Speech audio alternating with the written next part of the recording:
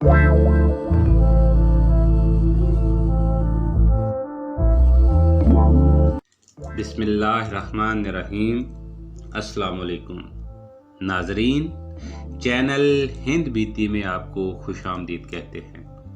तारीख़ हिंद से जुड़े रहने और हिंदुस्तान की तारीख साज शख्सियात के बारे में जानने के लिए चैनल को लाइक और सब्सक्राइब करें। इस तरह हर नई आने वाली वीडियो आप तक खुद ब खुद पहुंच जाएगी। इस वीडियो में हम ये जानेंगे कि सोमनाथ की हकीकत क्या थी और हिंदुओं के नज़दीक इसकी इतनी ज़्यादा अहमियत क्यों थी। जब सोमनाथ को तोड़ा गया तो अंदर से क्या बरामद हुआ और नहरवाला के मंदिर का बुत बग़ैर किसी सहारे के हवा में क्यों मुअल्लक़ था। मेरे दोस्तों, सोमनाथ एक बहुत बड़ा शहर था जो शुमाली बहीराए अरब के किनारे वाक़या था। हिंदुओं के नज़दीक इसकी अज़मत और अहमियत ऐसी थी जैसी मुसलमानों के नज़दीक काबा की। बाज़ रवायात के मुताबिक सोमनाथ उस बुत का नाम था जो हज़रत सल्लल्लाहु अलैहि वसल्लम के ज़माना में काबा से हिंदुस्तान लाया गया, लिहाजा उस शहर का नाम बुत के नाम की निस्बत से सोमनाथ रख दिया गया। लेकिन हिंदू ब्राह्मणों की क़ब्ल इस्लाम लिखी गई कुतब इस रवायत को गलत साबित करती हैं। हिंदू ब्राह्मणों के नज़दीक ये बुत श्री कृष्णा के ज़माने से तमाम ब्राह्मणों का माबूद रहा है और श्री कृष्णा इसी मुकाम पर रूपोश हुए थे। सोमनाथ के बुत की कुल लंबाई 5 गज थी, जिसमें से 2 गज ज़मीन के अंदर जबकि 3 गज ज़मीन के ऊपर था और ये बुत पत्थर का बना हुआ था। सोमनाथ का बुत खाना इतना वसी था कि इसकी छत 56 सतूनों पर कायम थी। फरीदुद्दीन अत्तार के नज़दीक सोमनाथ 2 लफ्ज़ों यानी सोम और नाथ का मजमुआ है। सोम उस मंदिर का नाम था जिसमें नाथ नाम का बुत पड़ा हुआ था, जो कि तमाम बुतों का सरदार माना जाता था। इसलिए दोनों लफ्ज़ों के मजमूए से लफ्ज़ सोमनाथ माज़ वजूद में आया। जबकि कासम फरिश्ता लिखते हैं कि सोम उस राजा का नाम था जिसने ये बुत खाना तामीर करवाया, जबकि नाथ बुत का नाम था। सोम और नाथ के कसरत इस्तेमाल से इसका नाम सोमनाथ पड़ गया।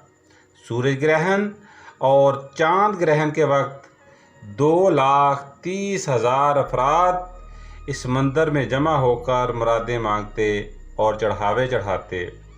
2,000 कस्बों की आमदनी इस मंदिर के लिए वक़्फ़ की गई थी। इस मंदिर में 200 ब्राह्मण हर वक्त पूजा पाठ में मसरूफ़ रहते।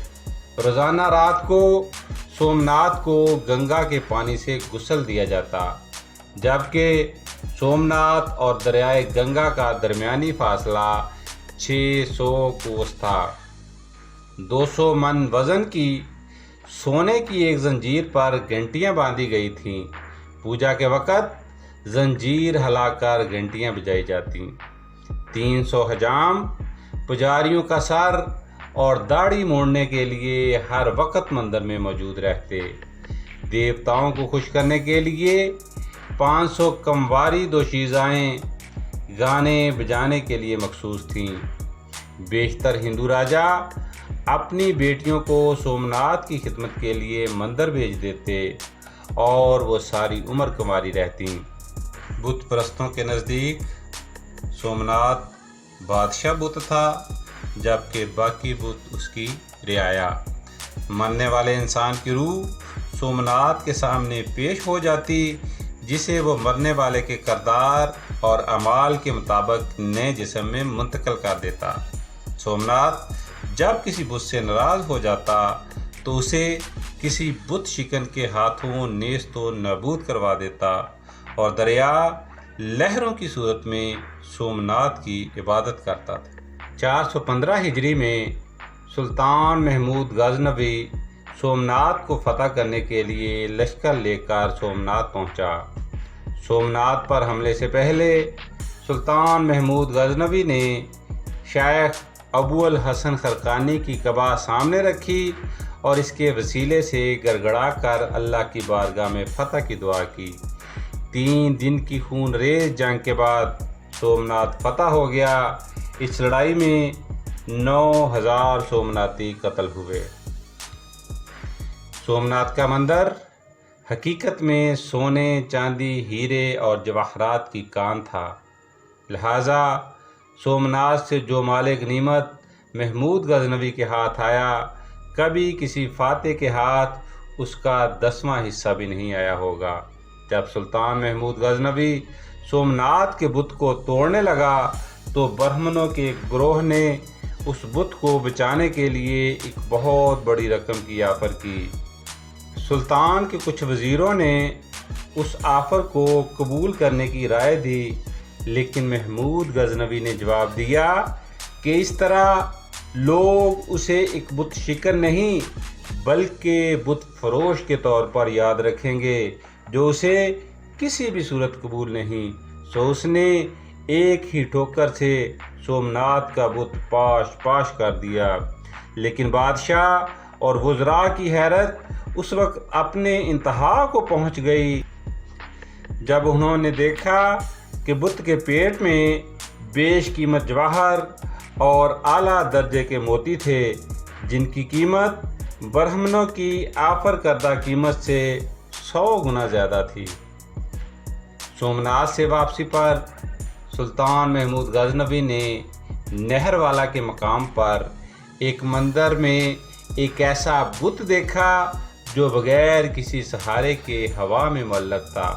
تحقیق کرنے پر پتہ چلا کہ بت لوہے کا تھا، جبکہ دیواریں اور چھت مقناطیس کی۔ ہر جانب کشش مساوی ہونے پر بت ہوا میں معلق ہو گیا۔ بادشاہ کے حکم پر جب ایک دیوار گرائی گئی تو بت بھی زمین پر آ گرا۔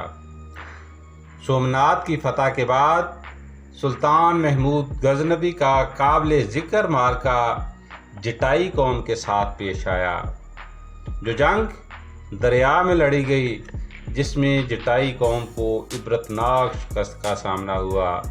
سلطان محمود غزنوی کا آخری معرکہ 418 ہجری میں ترکمانی سلجوقوں سے ہوا، جس میں سلطان تاریخی فتح سے ہمکنار ہوا۔ اس معرکہ کے بعد سلطان کی صحت خراب رہنا شروع ہو گئی اور وہ 23 ربیع الاول 421 ہجری کو خالق حقیقی سے جا ملا۔ سلطان محمود غزنوی کے عدل و انصاف کا مایہ ناز واقعہ، جس میں انہوں نے اپنے بانجے کو عجیب و غریب طریقے سے انجام تک پہنچایا، اور شیخ ابو الحسن سے سلطان محمود کی سبق آموز ملاقات، یہ سب جانیں گے ہم اگلی ویڈیو میں۔